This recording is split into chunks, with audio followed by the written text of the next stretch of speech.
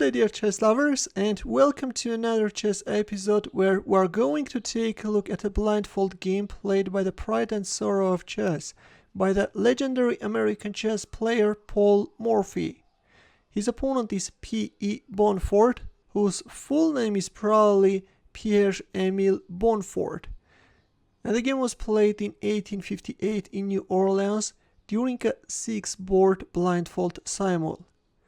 Morphy had white pieces and he opened up with e4, to which Bonford answered with e5. Nf3 Nc6, bishop c4. Italian game is on the board. Bishop c5, b4. Morphy goes for the hyper-aggressive Evans Gambit. In this opening, white is sacrificing a pawn, but in return is occupying the center, is gaining lead in development, and is getting a nice chance for a quick attack. D takes c3. Well, already this is not that good. Modern theory recommends knight ge7. If knight g5, then d5.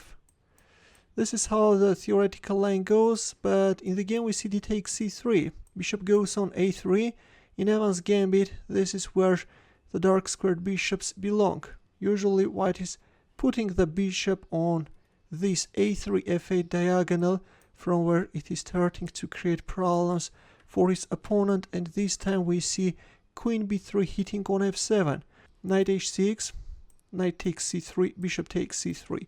There was no need for bishop takes c3, just castle kingside and try to consolidate your position. Instead we see bishop takes c3, queen takes c3, and only in here black castled kingside.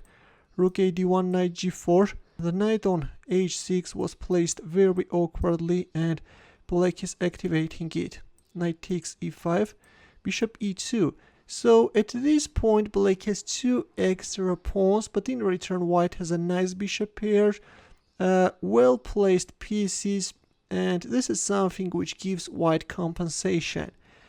Although all in all we have an equality, but with his next move by playing f5, Mr. Bonford spoiled everything. It was better to think about developing the queenside pieces and consolidating the position. Instead we see f5, and now let's see what's the problem with it. f5 was met with f4. Knight goes back on c6 and bishop c4 check. King h8, bishop b2. White is now regrouping his pieces and still is keeping under fire black's kingside. Rook d1, and now he takes f5 can follow, chasing black queen further after rook f6. Yes, we see it takes f5, queen f8, and there we have it. We reached the critical position. Please pause the video and try to find Morphy's next moves.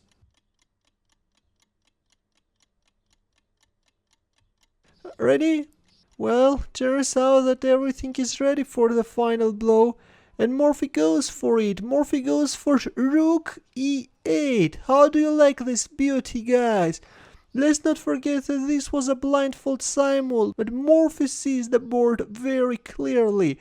Queen takes e8, and this time we see queen f6 sacrifice. This is crazy, guys. The board is on fire. If you accept the queen sacrifice, then checkmate will appear on the board. So queen f6, black answered with queen e7, offering the exchange of queens. The question arises, how should white proceed? Well, I have to tell you that the simple queen takes e7 also winning, and then rook e1. But Morphy is not a player who can go for such quiet lines. He decided to land another heavy punch, and we have queen takes g7. Yeah, Mr. Morphy is insisting on sacrificing his queen, and finally he forced it. f6. Now if, for example, queen f8, then f7 check will follow and black king will get checkmated. That's why after f6 black went for a desperation.